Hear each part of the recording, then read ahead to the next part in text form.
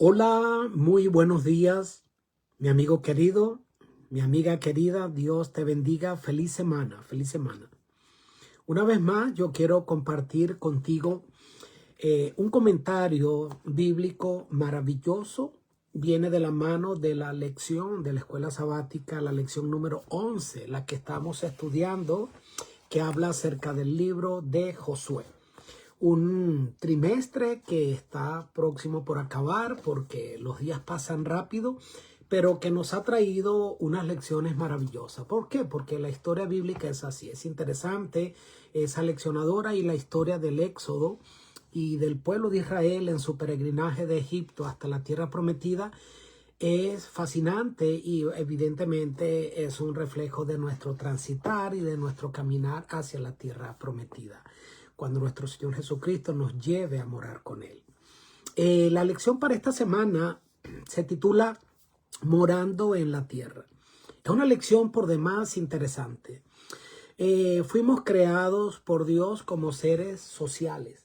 El Génesis registra que luego de Dios haber creado al hombre, vio Dios que el hombre estaba solo.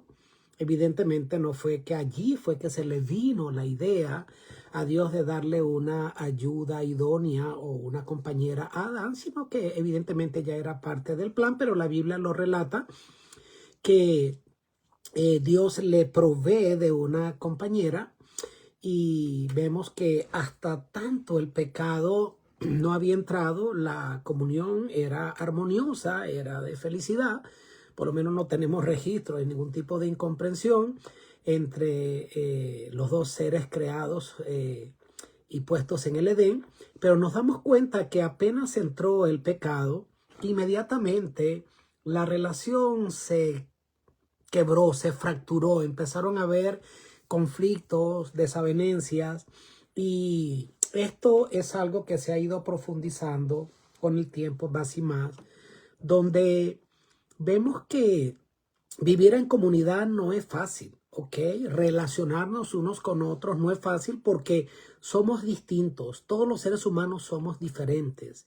Aún los gemelos que son distintos. Entonces, no es fácil ni en el hogar, ni en el mundo laboral, ni mucho menos en el eclesiástico o en la sociedad, que haya un acuerdo común cuando somos personas tan distintas, con trasfondos distintos, caracteres diferentes. Entonces no es fácil vivir en comunidad. De hecho, siempre se presentan situaciones reales o irreales, conflictos a veces que se generan por malos entendidos, que pues traen unas consecuencias donde a veces son consecuencias menores que se pueden resolver fácilmente, pero a veces son consecuencias terribles. La historia humana, de hecho, nos muestra momentos donde la falta de comunicación ha provocado o casi ha provocado tragedias. Por ejemplo, en el 1859, Estados Unidos y el Reino Unido casi se fueron a las armas y a la guerra por un cerdo, imagínese usted, por un cerdo muerto en una disputa fronteriza, ¿ok? La historia cuenta pues que allí alguien, cuando no estaba bien delineados los linderos entre Estados Unidos y el Reino Unido, parece que el cerdo de uno de estos países cruzó el lindero que no estaba, como digo, claramente allí delineado, y entonces estaba dañando la siembra del vecino, y el otro mató al cerdo, y esto trajo una situación de controversia que escaló a tal punto que estos dos países casi entran en guerra.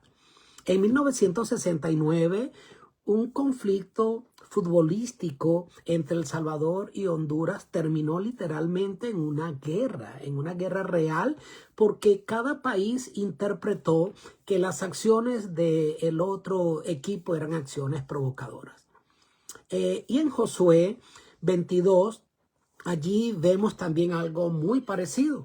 Vemos un malentendido Un malentendido que ya vamos a revisar el contexto histórico, cómo viene de la mano de falta de comunicación, donde se juzgó a priori y casi se desata una guerra civil dentro del mismo pueblo de Israel, pero afortunadamente vemos acá un ejemplo de cómo hay cosas que se deben evitar y cómo se deben entonces tratar los conflictos. ¿Cómo reaccionamos nosotros frente a los conflictos? Frente a situaciones que a veces parecieran ser algo que realmente no es, donde a veces pareciera haber intenciones que no fueron las intenciones reales. No tenemos la capacidad de mirar como Dios mira, que mira lo que hay adentro en el corazón. Él conoce las intenciones más profundas de cada ser humano, pero tú y yo no. Entonces, ¿cómo manejamos nosotros los conflictos? Esta es una lección por demás interesante, que tiene una aplicación cotidiana y para todos los ámbitos dentro de los cuales nos toca desenvolvernos. Nosotros juzgamos, nosotros reaccionamos apresuradamente, nosotros buscamos primero escuchar y entender, o somos impulsivos y vamos inmediatamente a llegar a conclusiones apresuradas. La historia de Josué 22 nos muestra el poder y el peligro que hay en llegar a conclusiones apresuradas y al mismo tiempo el valor inmenso de la comunicación, de la humildad, del liderazgo y de esa unidad que proviene cuando buscamos un punto de encuentro donde Dios es el centro.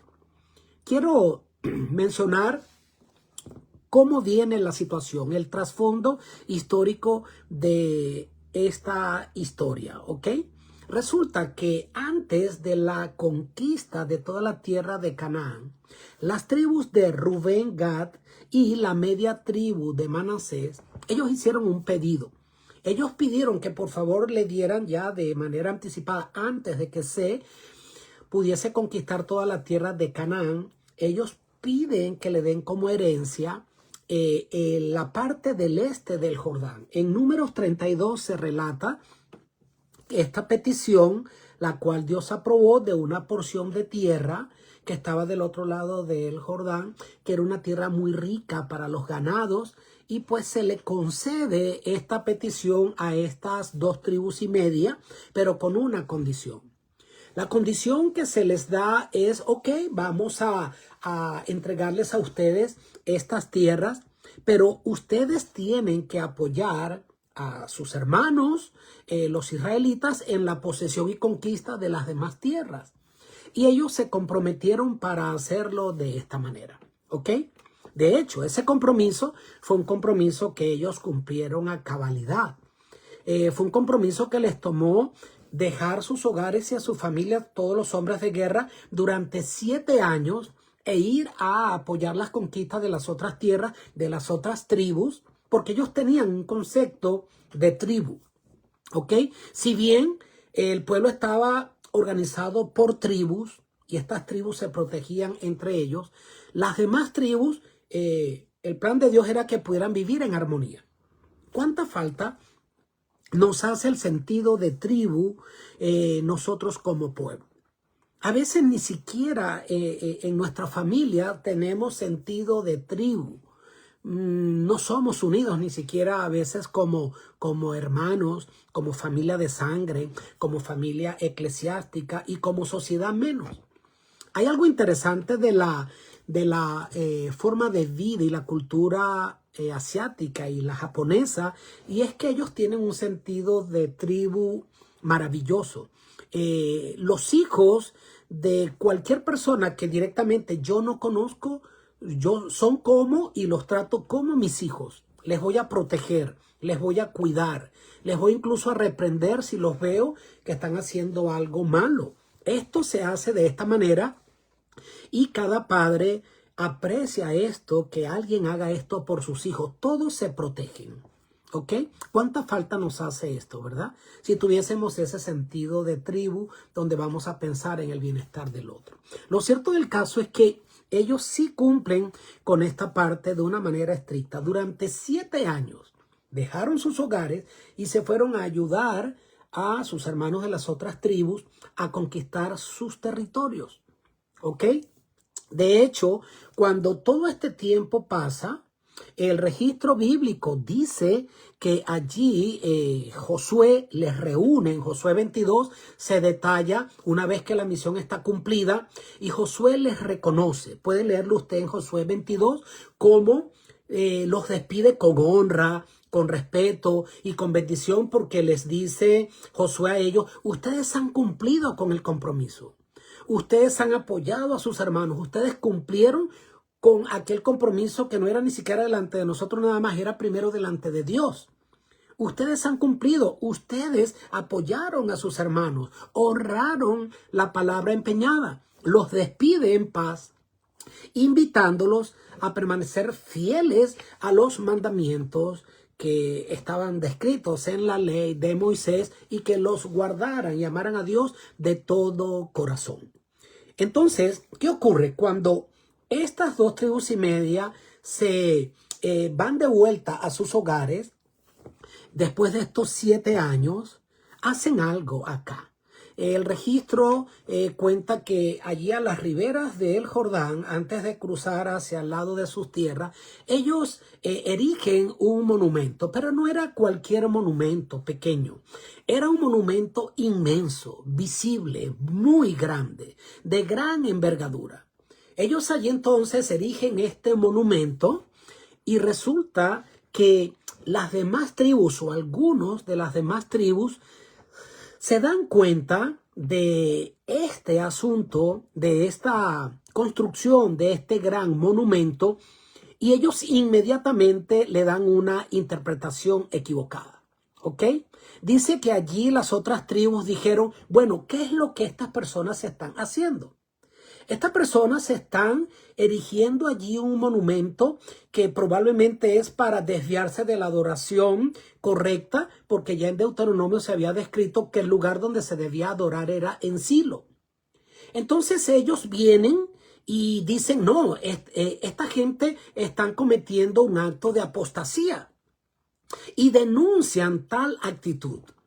Denuncian esta actitud señalándoles como personas apóstatas o que se estaban desviando del compromiso de mantenerse todos bajo la adoración al Dios verdadero. ¿Eran estas realmente las intenciones? Bueno, vamos a seguir entonces revisando cómo se desarrollan estos acontecimientos. ¿Qué fue lo que ocurrió? Bueno, surge un malentendido, porque se llegaron a conclusiones apresuradas y movidos por el celo sagrado, pero un celo sagrado mal dirigido. ¿Es malo el celo sagrado? Claro que no. Pero ¿cuánto daño a veces no hacemos por un celo sagrado mal dirigido? A veces ese detalle, y fíjese usted cómo Satanás tiene éxito, es en llevarnos a uno de los dos extremos. O a ser tan liberales donde nada importa, donde no hay orden, donde aquí cada quien hace lo que le dé la gana.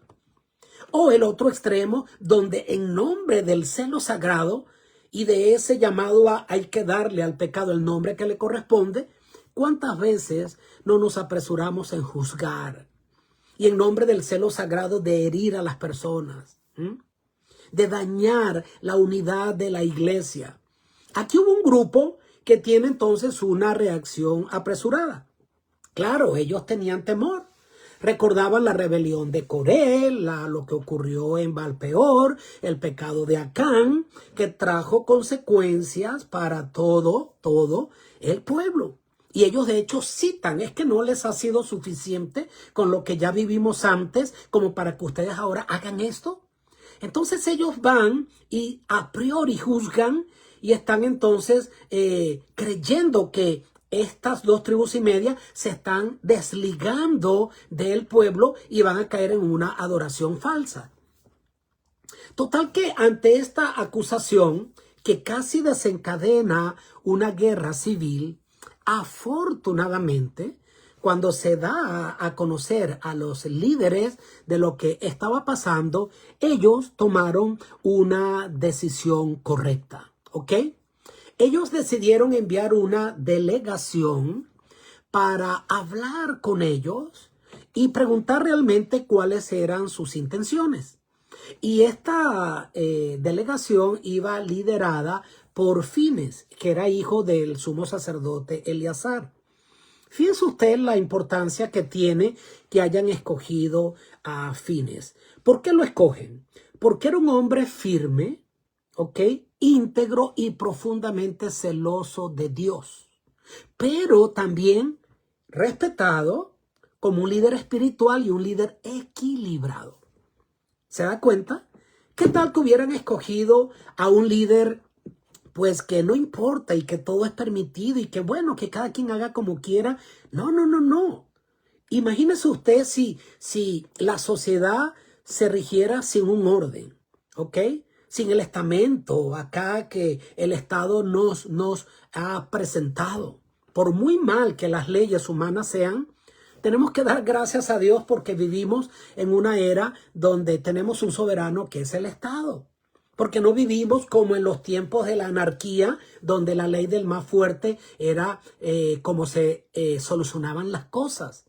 Sino que hoy día, si bien nos sometemos al Estado, donde entregamos parte de nuestra libertad, vale la pena hacerlo porque el Estado de una u otra manera, mal dirigido, como usted lo quiera ver, nos protege. Hay un orden y en la iglesia es así. Ahora, ¿se imagina entonces usted si mandan entonces un líder de esos que son, wow, en nombre del celo sagrado, va y de una vez quiere cortar cabeza como en su momento Fines lo hizo, ¿ok?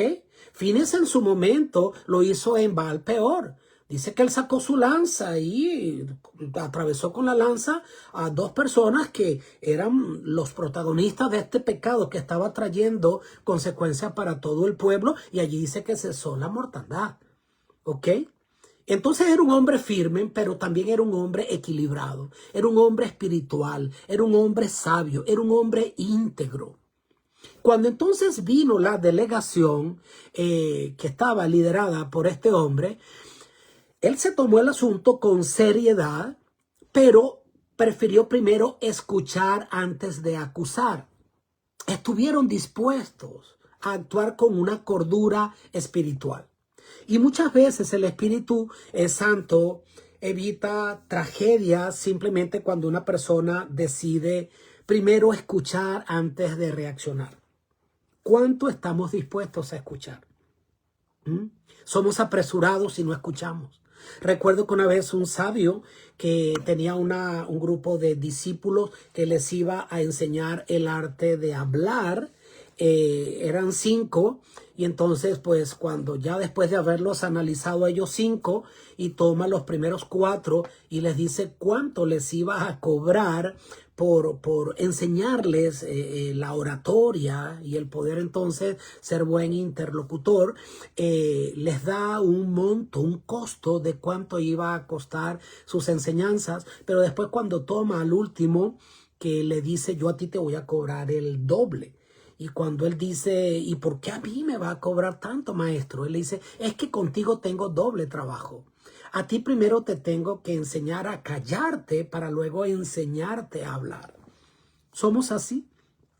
Yo siento que en ocasiones, wow, Señor, y oro por eso, ayúdame y enséñame a encontrar esa sabiduría, ¿no? En el arte de pensar primero antes de reaccionar. En mi vida, a lo largo de mi vida, desde mi niñez, he sido muy reactivo y el Señor me ha ido ayudando poco a poco.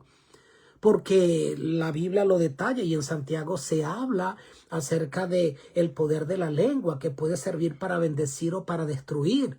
Que el que logra dominar su lengua es hombre perfecto porque logra dominar todo su cuerpo.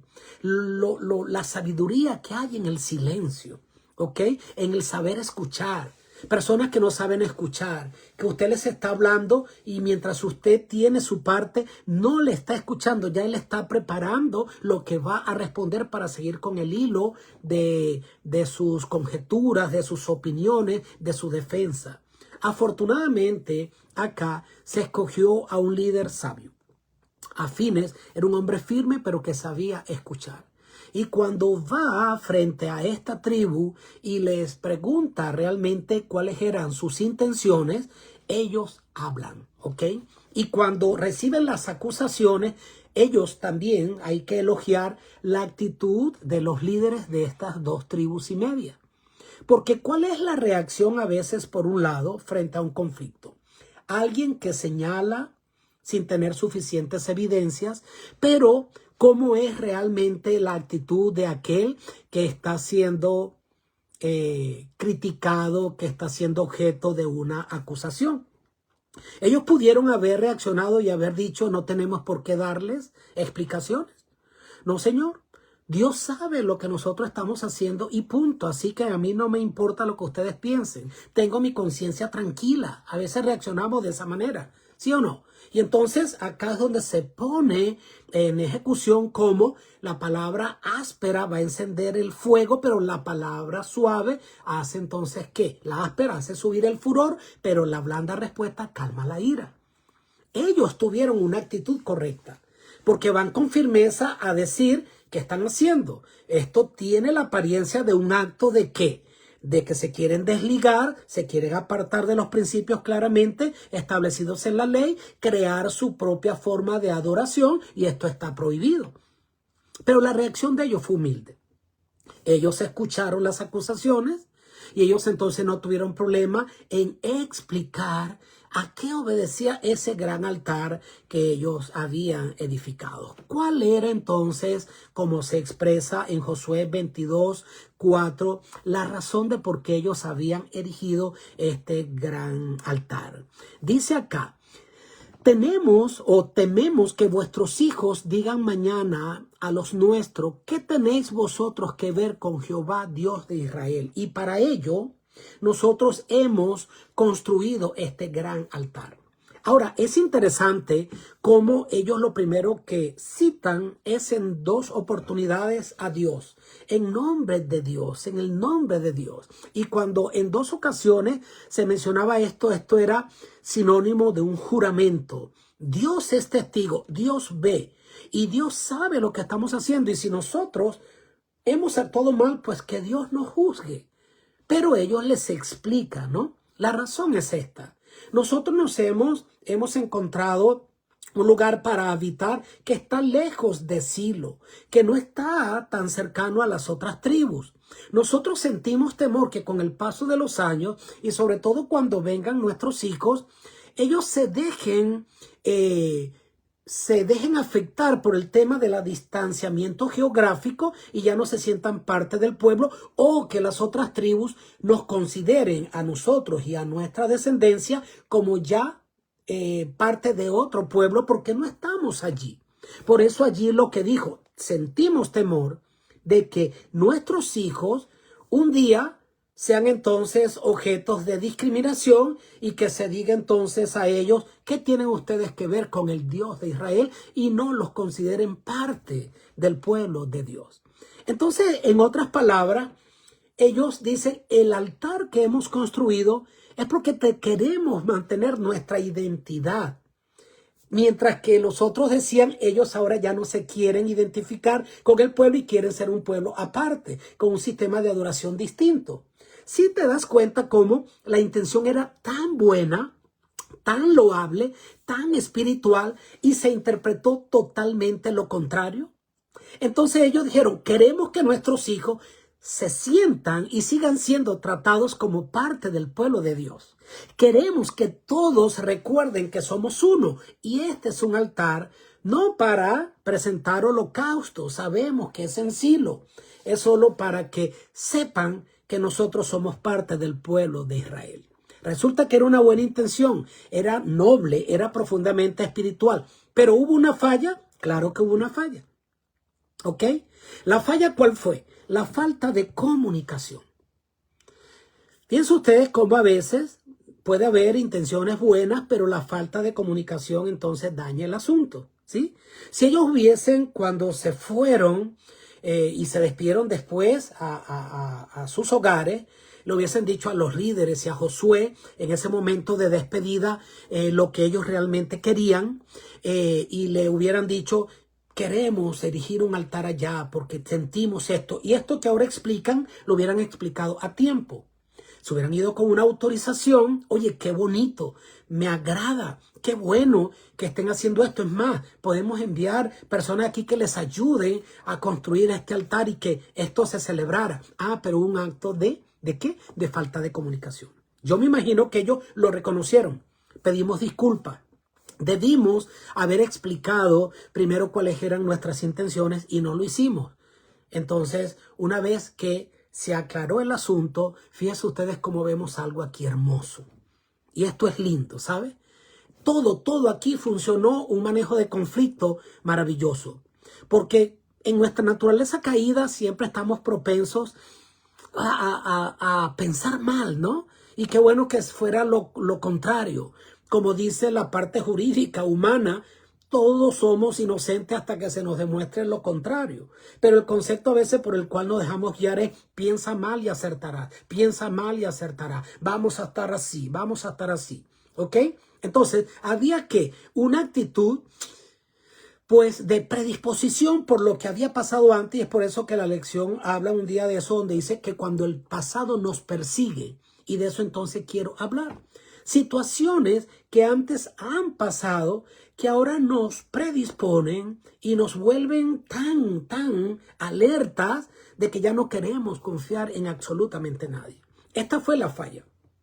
Pero afortunadamente se corrigió a tiempo, no ocurrió una tragedia. Se manda a la delegación, expresan firmemente cuáles son nuestros temores, pero la parte acusada tiene la buena actitud de escuchar, de decir, oye, creo que fallamos, disculpen que no lo hayamos dicho, pero la intención es esta, es esta, es esta. Y luego que se explica, hay una reconciliación tan hermosa donde la parte acusadora no se siente vencida, sino que siente sencillamente qué bueno que fue así, qué bueno que estábamos equivocados. Y el registro bíblico menciona que entraron en un gozo, en una alegría de felicidad porque reconocieron que era una buena cosa. Y es más, hay algo lindo que ellos dicen, pues mire, si ustedes lo que sienten es temor de que por lo lejos que van a estar, ustedes sienten que sus hijos el día de mañana pueden no sentirse parte del pueblo, pues vénganse para acá y vivan entre nosotros si ese es el temor. Qué lindo, ¿no? La actitud qué bonita fue. Y afortunadamente allí todo se pudo solucionar y todo se pudo entender y hubo la reconciliación y hubo el gozo. Ahora, familia querida, yo lo que quiero realmente ahora es presentarte dentro de este estudio la aplicación espiritual que hay para nuestra vida. Cómo nosotros reaccionamos, cómo a veces el pasado nos persigue, cómo nosotros a veces cuando una persona ha fallado, la estigmatizamos y creemos que esa persona toda la vida va a seguir siendo una persona deshonesta, infiel, y usted ahora ya no va a confiar en nadie. Y esta persona cuando ha sido restituida, usted todavía le sigue viendo con recelo y usted nunca más volverá a confiar en esa persona. Usted va a juzgar a priori por comentarios o rumores que ha escuchado donde usted no tiene evidencia, donde usted no ha sido afectado por ese rumor en ningún momento, pero ya etiquetamos a las personas. ¿Cómo se resolverían los conflictos en el hogar si nosotros pudiéramos escuchar primero antes que juzgar? Pensáramos en el bienestar del otro. Pensáramos y partiéramos siempre de la buena intención y no de la mala intención. No, porque a mí no me van a ver la cara. Yo creo que el mensaje de esta lección es claro. Mire, si hemos de errar, que erremos por el lado de la misericordia, dice la sierva del Señor. Mire, tal vez nos irán a llamar tontos, pero qué bueno es que por lo menos nosotros le veamos siempre la parte positiva y lo bueno a las demás personas, pero no somos así. Normalmente vamos juzgando de una manera apresurada. Entonces, qué bueno es que nosotros aprendiéramos a preguntar antes de reaccionar, a asumir y llegar a ideas preconcebidas y apresuradas sin averiguar, escuchar antes de juzgar. Esa mansedumbre calma tempestades. Una respuesta blanda puede apagar el fuego de la ira. Una palabra amable puede detener un conflicto que ya iba en camino a explotar. Qué lección importante también es entender que cuando usted tiene alguna sospecha o alguna incomodidad, esté dispuesto a hablarlo. Esté dispuesto a decir, oye, no me gustó esto. Oye, no me parece que eso haya estado bien. ¿Cuántos conflictos se pudieran evitar si usted manifiesta su incomodidad a tiempo? Conflictos entre familias, hermanos que están allí separados, hogares dentro que estamos unidos por la sangre y también en el mundo, en el ámbito eclesiástico que nos separamos. Iglesias separadas dentro de una iglesia, el bando este, el bando del otro. En nuestros hogares también pasa eso, porque dejamos acumular y acumular las cosas. Qué bueno es que usted, pues con mansedumbre, con firmeza, diga, oye, no me gustó eso, por favor no lo vuelvas a hacer. Me incomodó, el comentario está fuera de lugar. El chiste que hiciste, la comparación que hiciste, ¿sabe? No me agradó. ¿Podrías no hacerlo? Y a tiempo tú lo hablas y no estás acumulando y acumulando cosas que en su momento explotas de tal manera que esa onda expansiva de daño y de reacciones encontradas generan a veces discordias que duran por el resto de la vida o por muchos años, donde nos separamos de nuestra familia, de nuestra iglesia, y soluciones laborales que a tiempo podríamos resolver si estamos dispuestos a ser firmes, pero manso, no menso, manso, y decir, bueno, mira, mi punto de vista es este, yo prefiero expresarlo de buena manera, no gritando, porque el que más grita no es necesariamente el más valiente, el que tiene más carácter, es el que menos carácter tiene. ¿Ok? Así que es una lección linda, es hermosa, que nos ayuda a que nosotros podamos reaccionar a tiempo y de la manera correcta. Dios te bendiga, Dios te guarde y que ojalá podamos poner en práctica esta hermosa lección. Chaito.